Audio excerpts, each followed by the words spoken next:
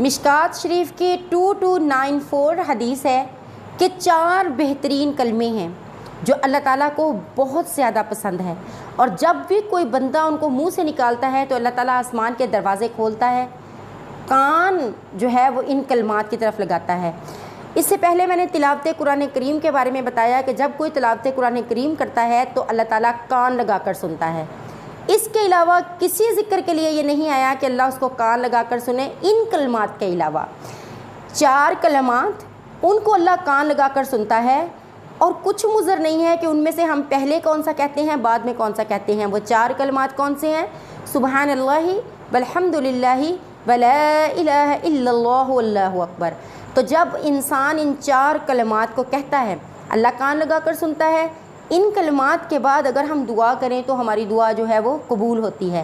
رات کو سوتے ہوئے اگر ہماری آنکھ کھل جائے اور ہم یہ 4 کلمات جو ہیں وہ ادا کریں تو ہمیں تہجد کا ثواب جو ہے اتنا ثواب عطا کیا جاتا ہے، رات کو سوتے ہوئے اچانک آنکھ کھل جائے۔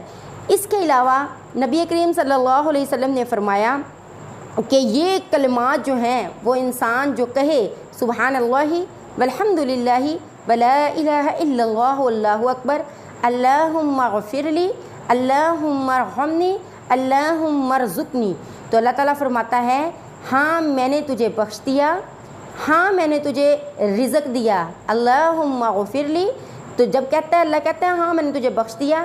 اللہم ارحمنی، جب کہتا ہے اللہ کہتا ہے ہاں میں نے تجھ پر رحم کیا، اور جب کہتا ہے اللہم اغفر لی تو اللہ فرماتا ہے ہاں میں نے تجھے بخش دیا۔ یہ کلمات اتنے باعزت ہیں کہ جب انسان ان کو منہ سے نکالتا ہے تو یہ زمین پر کہیں نہیں ٹھہرتے، بلکہ اتنی انتہائی تیزی سے مالک کے پاس پہنچ جاتے ہیں اور اللہ کے عرش کے گرد جو ہے وہ گھومنا شروع کر دیتے ہیں، اور ان کلمات کی آواز ہوتی ہے گویا کہ شہد کی مکھیوں کی آواز ہوتی ہے، اور یہ پڑھنے والے کی حاجتیں بارگاہ الہ میں پیش کرنا شروع کر دیتے ہیں۔ سبحان اللہ والحمد للہ ولا الہ الا اللہ واللہ اکبر۔ تو جو انسان ان کلمات کے ذریعے اللہ سے دعا کرتا ہے اللہ تعالیٰ اس کی دعا کو قبولیت کی سند عطا فرماتا ہے۔ السلام علیکم ورحمۃ اللہ وبرکاتہ۔